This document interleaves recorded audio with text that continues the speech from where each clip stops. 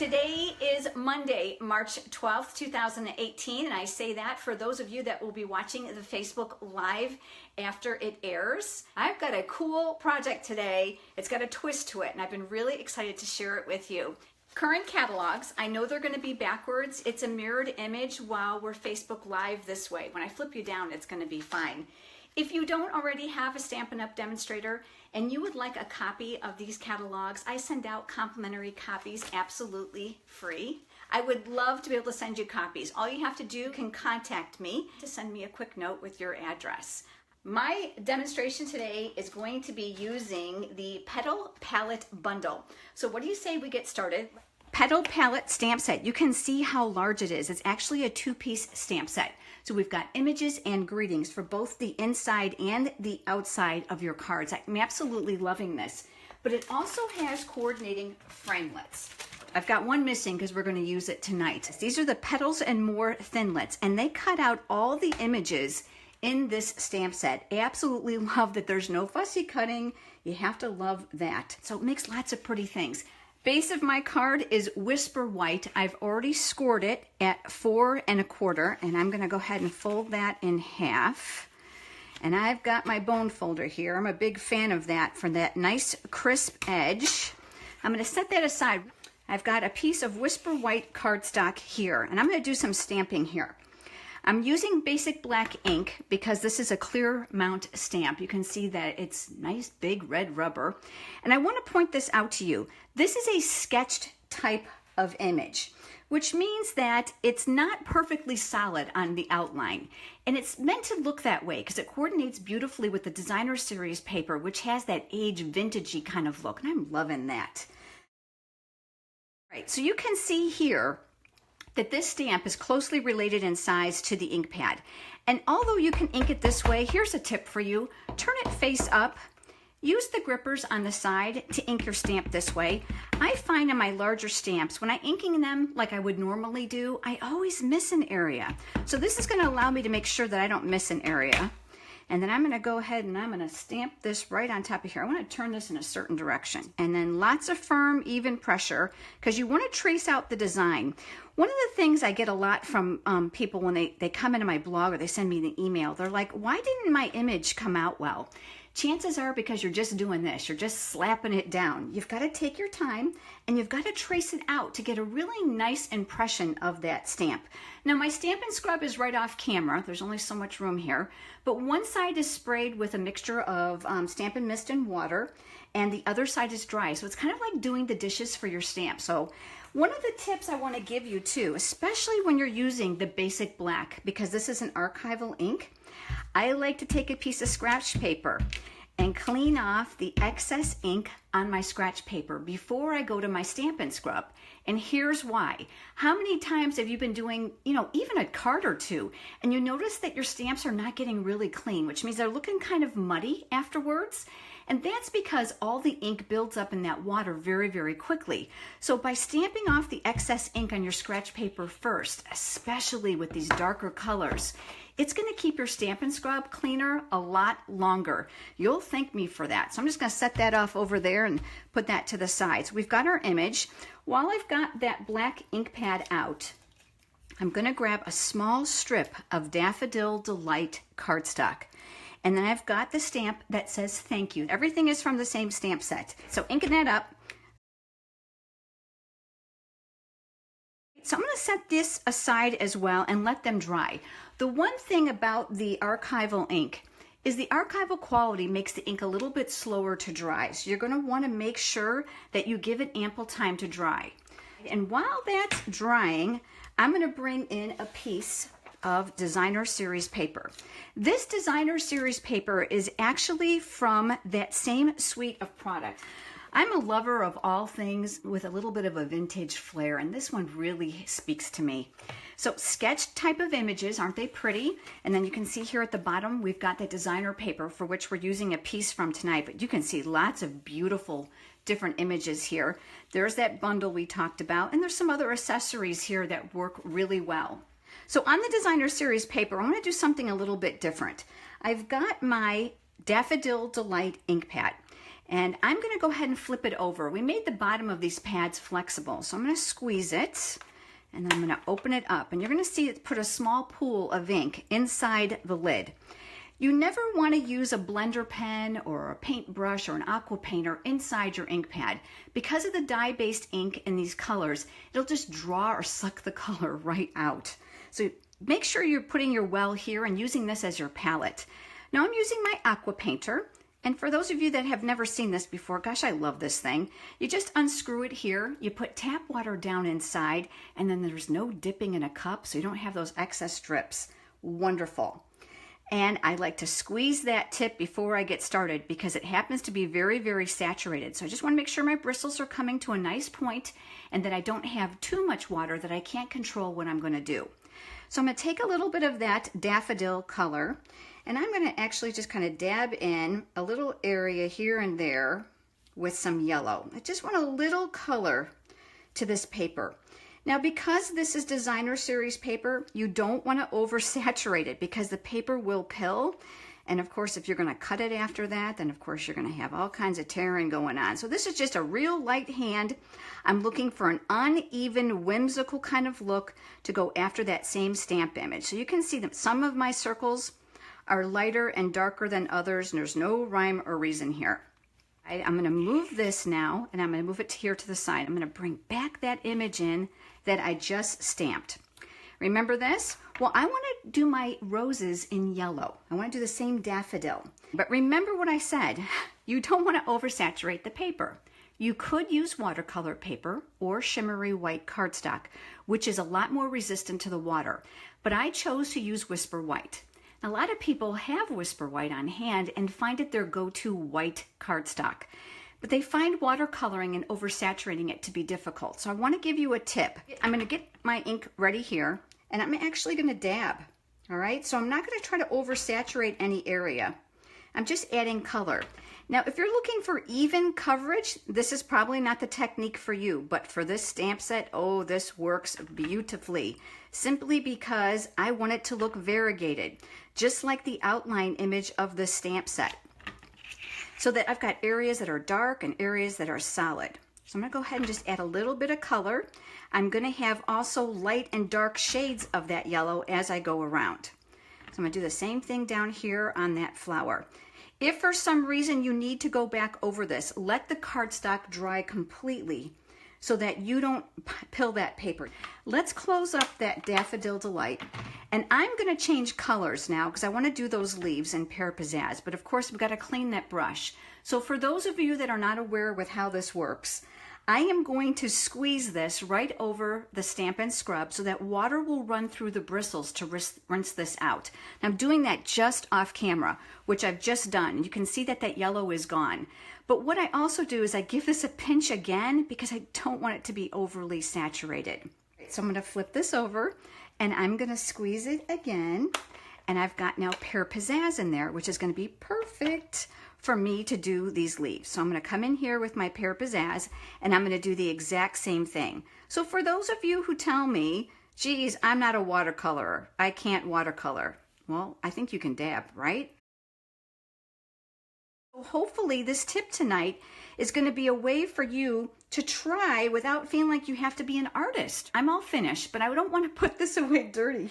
So I'm going to squeeze this again on the Stampin' Scrub. It's just off camera, all right, which I've just done. Water's gone through the bristles.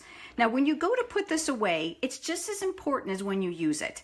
I pinch it and I make sure that those bristles come together before I put the cap on. And you know why?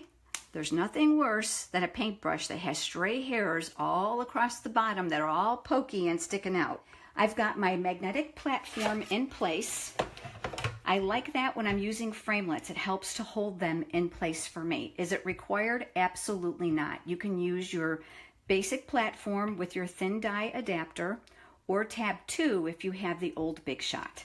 And then you're going to put a clear mat over the top to protect it.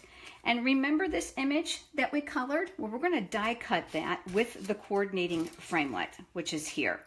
And I'm going to just manipulate this to get that lined up. Look at how nice that's going to do all that dirty work for me, right? But you can't beat this for the simplicity and making it quick so you can make repeated cards. Another clear mat over the top to protect your die, and then we're going to crank this through. And I'm going to take that negative. We're going to use this. I've got another piece of Daffodil Delight cardstock. And this time I'm going to actually mount it to the back of that designer series paper, right down the center. I'm actually going to flip that over. Isn't that pretty too? And I'm going to add some snail adhesive right down here, just a little bit on either side, just to kind of tack it in place. And I'm going to line this up. I'm telling you what, my grid paper, which I'm not using tonight because it's white, and I know this is a better surface for you, but it has the exact same type of lines as this. Best thing in the world, because I can't make anything straight. So this really makes my cards look a lot better. I'm going to line this up, and I'm looking to put it right down the center, and I'm going to tack it in place. I've got a layer here of basic black cardstock. This is going to get adhered to here. So I'm going to flip this over. I'm going to add my adhesive to the back, and I got to make sure I get some on that yellow. I always say no contortionist stamping or adhesive. So always move your paper and not move your hand. That'll make it a lot easier for you. So now this piece is going to go here. I'm going to leave a small border here along the side. This is the actual base of the card, the 4 1/4 by 11. This piece now is going to go here. I'm going to add adhesive here to the back. Remember this negative piece? We're going to use this. And we're going to put this here on the card. I'm going to flip that over. This is the back side. And I'm going to add adhesive now around the perimeter.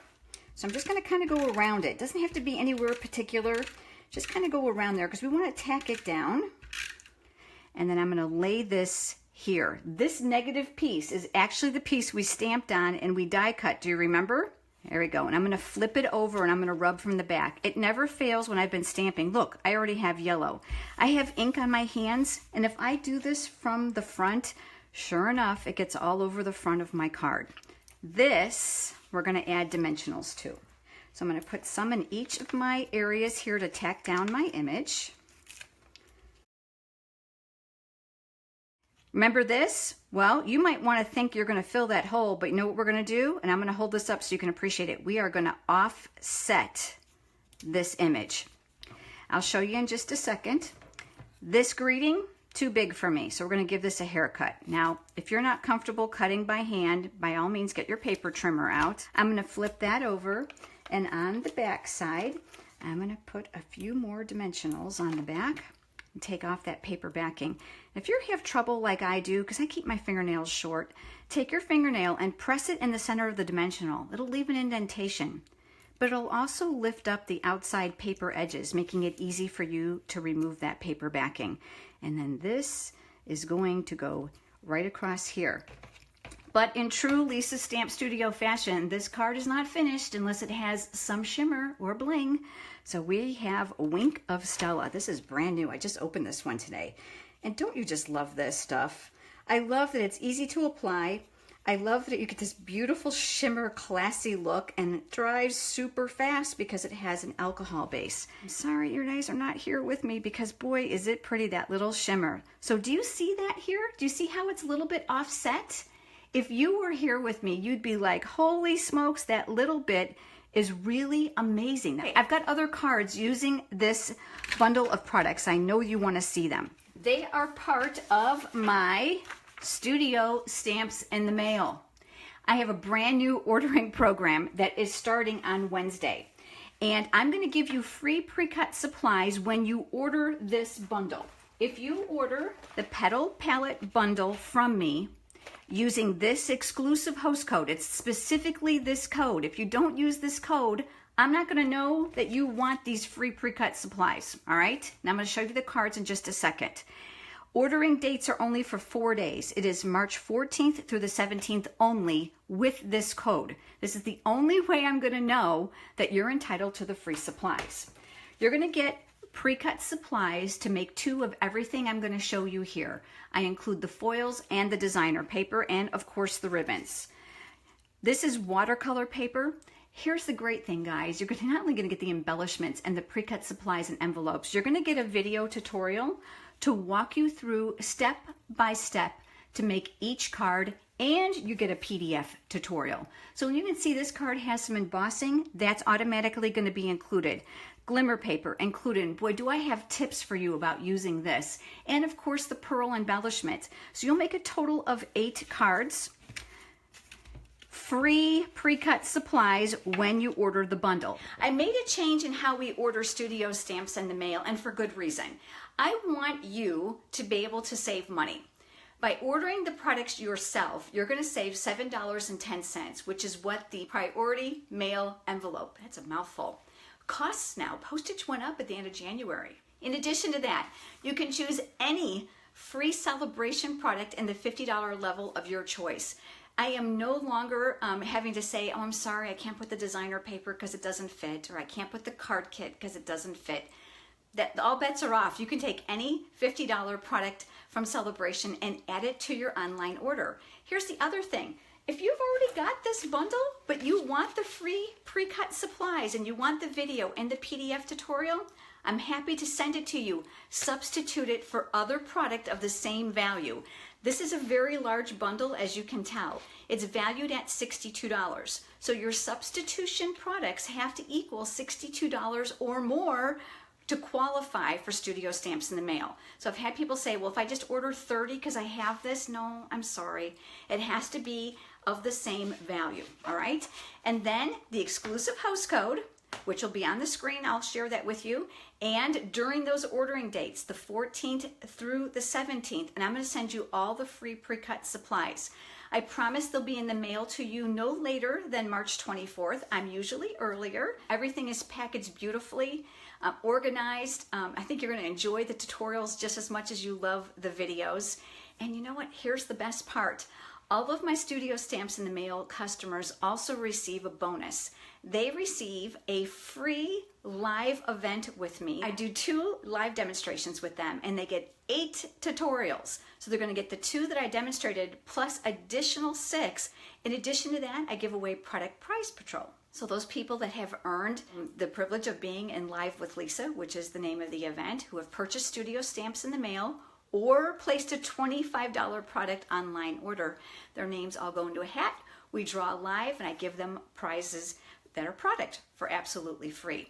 Now, if you say, oh, I like all that, but studio stamps in the mail is not for me, well, guess what? Great news. You can still be a part of my online ordering rewards, which is, of course, Live with Lisa. I also give frequent buyer rewards as well. All you have to do is just put in a $25 product order. That's before shipping and tax.